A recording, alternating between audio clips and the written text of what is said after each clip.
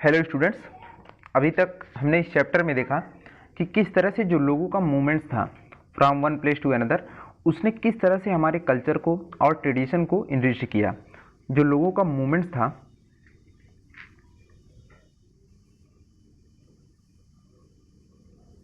ठीक है, उसने किस तरह से हमारे कल्चर को और ट्रेडिशन को,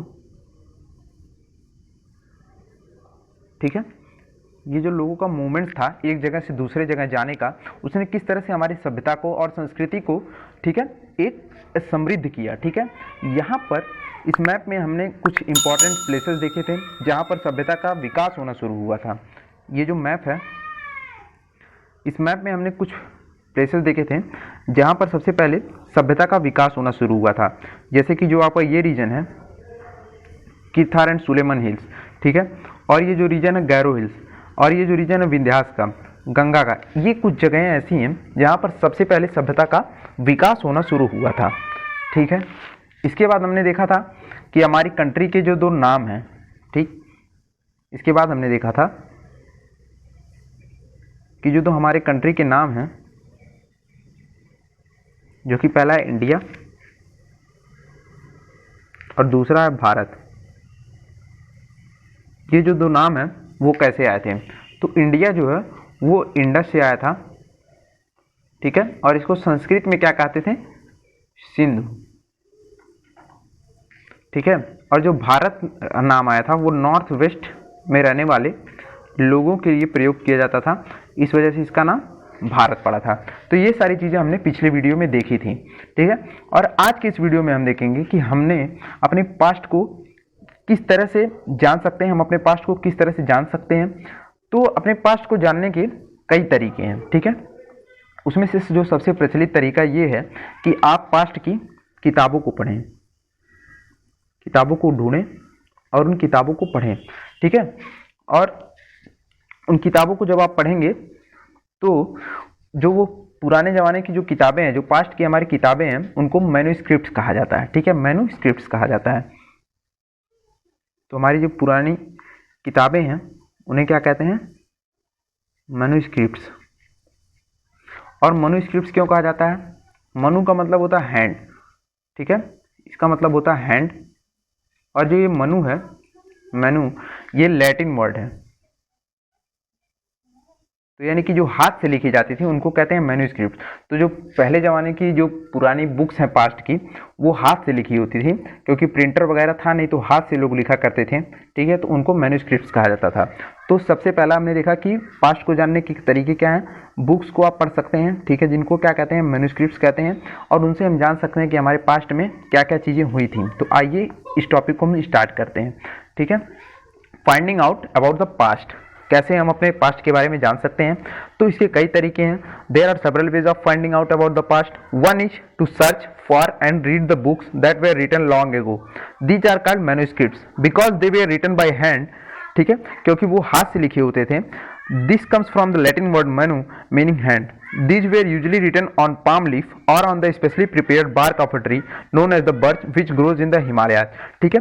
और ये जो लिखावट होती थी, ठीक है, ये जो हाथ से लिखी जाती थी ये किताबें, ये किससे लिखी जाती थी, ये सबसे पहले जो हाथ से लिखी जाती थी ये मैन्युस्क्रिप्ट्स, ये पाम लीफ पे लिखी जाती थी। पाम लीफ हुआ करता था, जो ताड़ के पत्ते रहते हैं, ठीक है, ठीक है, पाम ट्री के जो पत्ते रहते हैं वो उस पे लिखी जाती थी, ठीक है, और उन पत्तों को क्या करते थे, काट करके और उनको एक बंच बना करके उनको बांध देते थे, ठीक है, और जब उनको बांध देते थे तो उससे वो एक बुक का रूप ले लेती थी, और उन बुक को वो रख दिया जाता था टेम्पल्स में, या फिर जो मोनास्ट्रीज हुआ करते थे वहाँ पे प्रिजर्व रख दिया जाता था, जिससे कि लोग उनको पढ़ सकें, ठीक। तो देखते हैं इसमें, There were usually written on the palm leaf or on the specially prepared bark of a tree known as the birch, या फिर एक ऐसा ट्री हुआ करता था उसके छाल पे लिखते थे जिसको बर्च कहते हैं, ठीक है, और ये हिमालयाज में पाई जाती हैं। Over the years many manuscripts were eaten away by insect, some were destroyed, यानी कि जब ज़्यादा दिन हो जाएगा, यानी कि बीते जैसे कि जब over the years many manuscripts were eaten away by insect, यानी कि कई सालों के बाद ये मनुस्क्रिप्ट जो रहते थे वो इंसेक्ट्स के द्वारा या तो खा लिए जाते थे या फिर उनमें से कुछ जो है वो नष्ट हो जाते थे, ठीक है, क्योंकि कुछ कारणों की वजह से ज़्यादा दिन तक ये चल नहीं पाते थे, क्योंकि ये पेपर्स वगैरह तो था नहीं पहले, तो किस पे लिखी जाती थी, पाम लीव्स पे लिखी जाती थी। यहाँ पर आपको एक एग्जाम्पल दिया हुआ है, ये देखिए, ये एक ऐसा, इसको हम पढ़ नहीं सकते, ये ब्राह्मी स्क्रिप्ट शायद इसको कहा जाता है, ठीक है, इसको ब्राह्मी स्क्रिप्ट कहते हैं।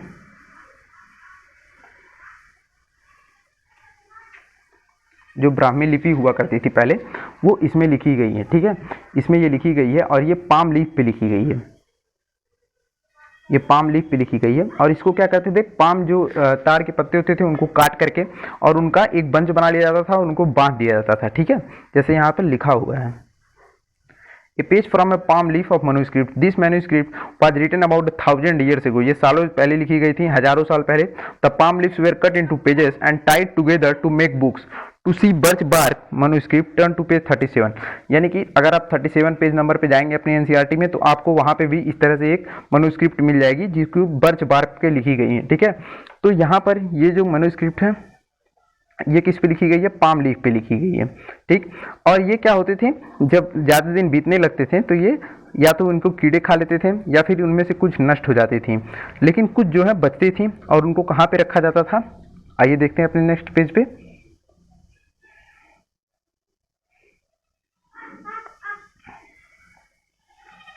But many have survived and often preserved in temples and monasteries, ठीक है।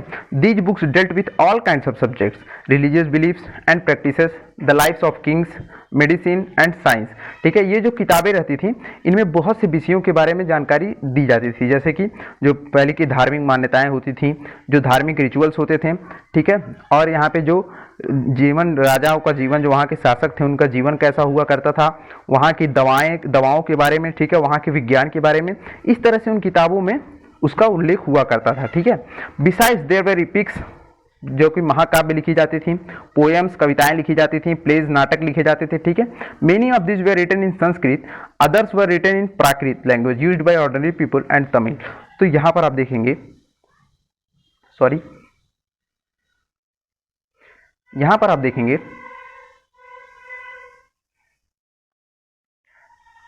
कि दो टाइप की लैंग्वेज पहले चलती थी। सबसे पहले जो लैंग्वेज चलता था वो था संस्कृत, और जो दूसरी लैंग्वेज चला करती थी वो थी प्राकृत, ठीक है, को हिंदी में कहते हैं प्राकृत। ये जो लैंग्वेज थी, ये जो है एजुकेटेड जो पीपुल रहते थे, जो हाई क्लास पीपुल रहते थे, उनके द्वारा संस्कृत का यूज किया जाता था, संस्कृत लैंग्वेज का।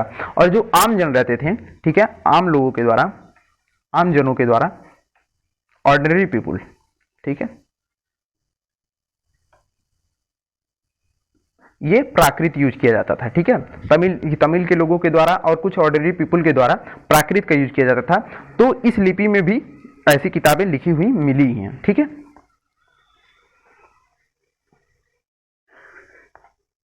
तो देखते हैं,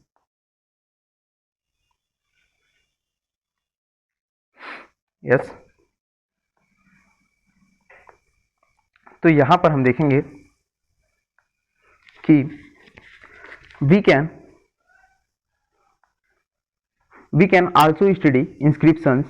These are writings on relatively hard surfaces such as stones or metals, ठीक है। यानी कि हम इंस्क्रिप्शंस की भी स्टडी कर सकते हैं जो कि स्टोन पे हार्ड जो सर्फेसेस होती हैं उस पे लिखी जाती है। तो इंस्क्रिप्शंस क्या होते हैं ये भी आप देख लीजिए। एक चीज और थी इंस्क्रिप्शंस, ठीक है।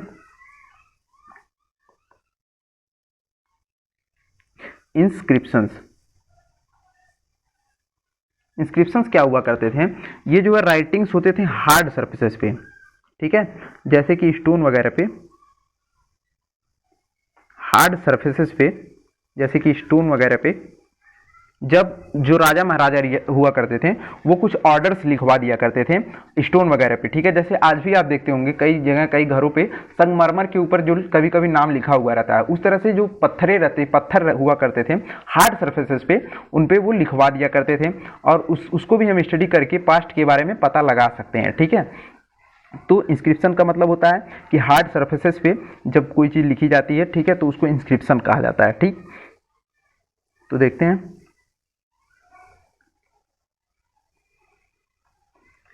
These are writings. Sometimes kings got their orders inscribed so that people could see, read, and obey them. There are other kinds of inscription as well, where men and women, including kings and queens, recorded what they did. ठीक है, और कुछ other types के inscription हुआ करते थे, जहाँ पे जो किंग्स या फिर क्वींस हुआ करती थी वो वहाँ पे रिकॉर्ड रखती थी अपना, ठीक है, उस इंस्क्रिप्शन पे लिखवा करके, ठीक है। For example, Kings often kept record of victories in battle, जैसे कि जब वो युद्ध वगैरह जीता करते थे, ठीक है, जब वो युद्ध वगैरह जीता करते थे, जब वो युद्ध यानी कि बैटल्स जब वो जीता करते थे, तो वो उसका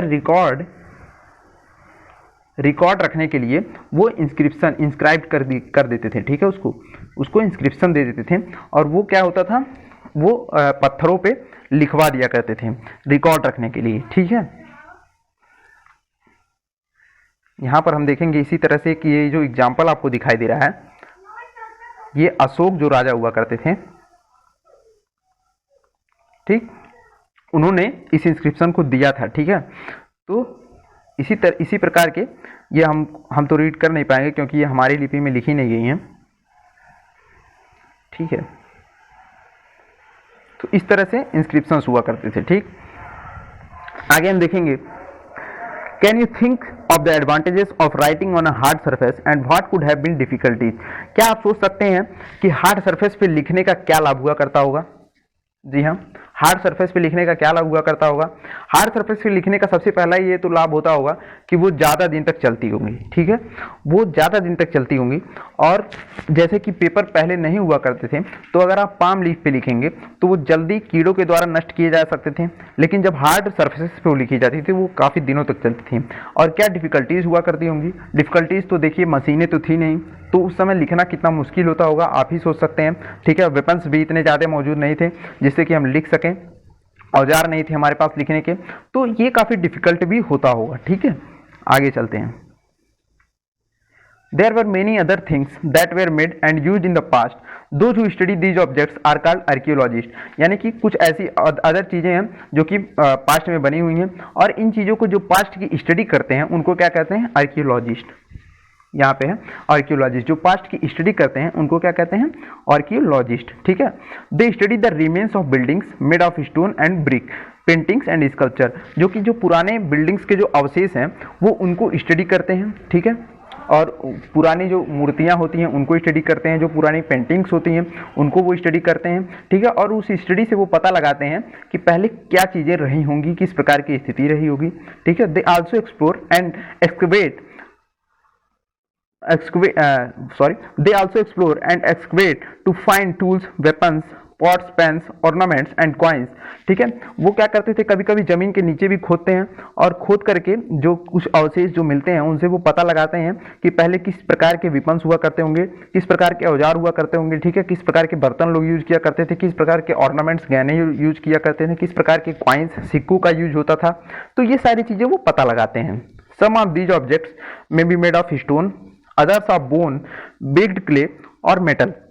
और इनमें से कुछ जो ऑब्जेक्ट रहते थे वो पत्थरों के बने हुआ करते हैं, ठीक है, कुछ तो हड्डियां मिलती हैं, कभी कभी बेक्ड क्ले मिलते हैं, या फिर कुछ मेटल्स मिला करते हैं, ठीक। Objects that are made of hard imperishable substance usually survive for a long time, यानी कि ऐसे ऑब्जेक्ट जो कि हार्ड सब्सटेंस से बने होते हैं वो काफी ज्यादा लंबे समय तक सर्वाइव करते हैं, ठीक है। यहां पर हम देखते हैं, ये आपको पॉट दिखाई दे रहा है। ये जो पॉट है ये एक ओल्ड सिटी से प्राप्त हुआ है। ये इस तरह के पॉट जो है, इस तरह के जो पॉट हैं वो 4700 साल पहले, 4700 साल, सोच करके देखिए, ये यूज किए जाते थे इस तरह के पॉट्स, और इस तरह के सिक्कों का भी यूज होता था, ठीक है, 2500 साल पहले लगभग।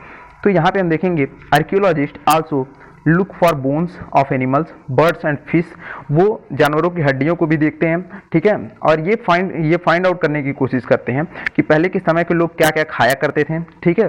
और जो प्लांट के अवशेष रहते थे वो कभी कभी अगर वो उनके सीड्स जो है जले हुए मिलते हैं, ठीक है, उनके वुड्स मिलते हैं, तो इन सारी चीज़ों को वो देख करके पता लगाते थे कि क्या किस प्रकार की स्थिति होती होगी पास्ट में, ठीक है। Do you think cloth is found frequently by archaeologist? क्या आप सोच सकते हैं कि यहाँ पे जो क्लॉथ रहते थे, जो कपड़े हैं, वो आपको फ्रिक्वेंटली बार बार मिलते होंगे आर्कियोलॉजिस्ट को?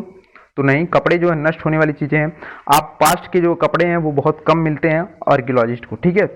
आगे चलते हैं। Historians, that is scholars who study the past, often use the word source to refer to the information found from manuscripts. ठीक है, जो हिस्टोरियन, जो इतिहासकार हुआ करते हैं, वो क्या करते हैं, ऑफन प्राय वह यूज करते हैं सोर्स शब्द का, ठीक है, वह सोर्स वर्ड का यूज किया करते हैं, ठीक है। जो हमारे हिस्टोरियंस रहते हैं वह सोर्स वर्ड का यूज किया करते हैं, और ये सोर्सेस क्या हुआ करते थे, मनुस्क्रिप्ट्स जो हुआ करते थे, ठीक है, इंस्क्रिप्शन, इन सारी चीज़ों को पढ़ करके वो पता लगाते हैं, ठीक है, कि हमारे पास्ट में क्या हुआ करती होंगी। तो आगे देखते हैं। Once sources are found, learning about the past becomes an adventure as we reconstruct it bit by bit. So historians and archaeologists are like detectives who use all the sources like clues to find out about our past. एक बार जब यह sources मिल जाती हैं, तो यह पता लगाना बहुत ही आसान हो जाता है, ठीक है, कि क्या हुआ होगा पास्ट में। और ये पता कैसे लगाते हैं, वो हिस्टोरियंस जो होते हैं वो डिटेक्टिव्स की तरह होते हैं। इसमें लिखा हुआ है, डिटेक्टिव्स का मतलब जासूसों की तरह, वो बिट बाय बिट जो क्लूज मिलते हैं उनको जोड़ करके देखते हैं, ठीक है, जो क्लूज मिला करते हैं उनको जोड़ करके देखते हैं, और उनसे वो पता लगाते हैं कि किस प्रकार की चीज़ें, स्थितियां रही होंगी, ठीक। आगे देखते हैं। वन पास्ट और मेनी, ठीक है, एक पास्ट होते हैं या एक से अधिक भी पास्ट हो सकते हैं। ये आप सोचिए, क्या सभी लोगों के लिए, सभी समूहों के लिए जो पास्ट होगा वो एक जैसा होगा? तो आज के समय की आप तुलना कीजिए, क्या आज की जो जीवन है वो सभी लोगों के लिए एक प्रकार है? जी नहीं। आज जो अंडमान या निकोबार में जो लोग रहते हैं वो अलग तरीके से जीते हैं, ठीक है, वो फॉरेस्ट वगैरह का जो रिसोर्स है उनको यूज करते हैं, जबकि हम अलग तरीके से जीते हैं। तो पास्ट में भी इस तरह की स्थितियां रही होंगी जब लोगों का जो समूह था वो अलग अलग प्रकार से जीता होगा। तो इसीलिए पास्ट से जो शुरू में आपका यूज किया वो आवर पास्ट, जो टाइटल है इस किताब का वो है आवर पास्ट, ठीक है। यहाँ पर आप देखेंगे, did you notice the title of this book our past, we have used the word past in plural to draw attention to the fact that the past was different for different groups of people. यानी कि जो past है वो different होता है different groups of people के लिए। For example, the lives of herders or farmers were different from those of kings and queen. यानी कि जो किसानों का या फिर जो चरवाहे हैं उनका जो जीवन होता होगा वह जो है किंग्स और क्वींस, जो राजा महाराजा हुआ करते होंगे, उनके जीवन से बहुत ही ज़्यादा भिन्न रहा होता होगा। ये तो ऑब्वियस सी बात है, ठीक है। तो इस वजह से सिर्फ एक पास्ट नहीं मिलता, हमें कई पास्ट देखने को मिलते हैं, ठीक है। तो the lifes of merchants were different from those of crafts person and so on, also as is true even today. और यह आज भी सत्य है, people follow different practices and custom in different parts, ठीक है।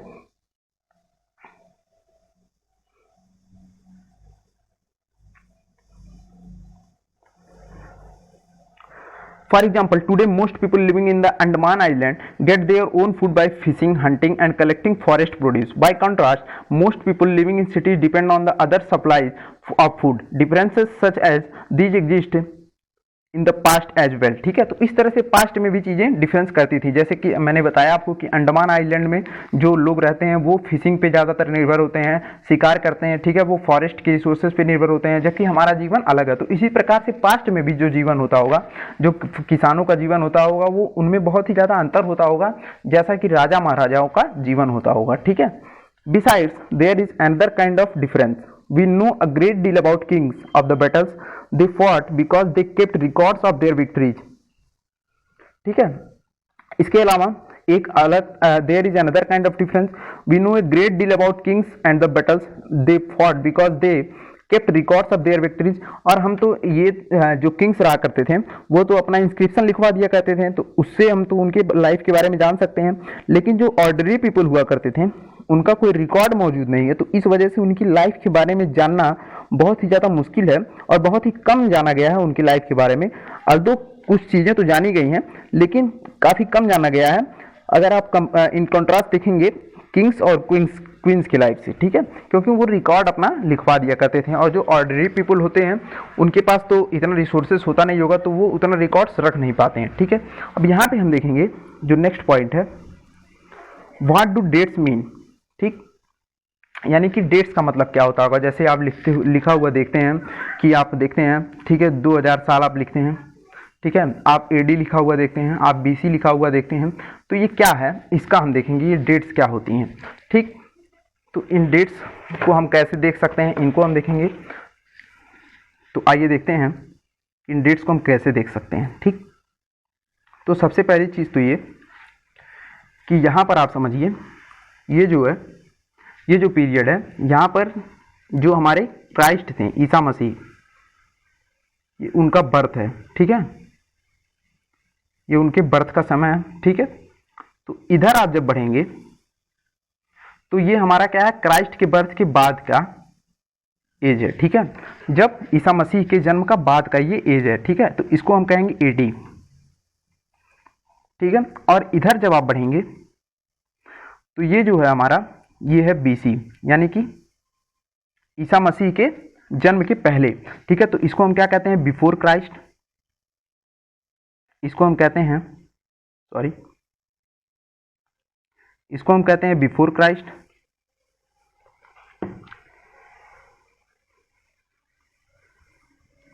और इसको हम कहते हैं एन्नो डोमिनी, ठीक है। तो यहां पर हम देखेंगे कि ये हमारा ईसा मसीह का जन्म है, ठीक, ईसा मसीह का जन्म,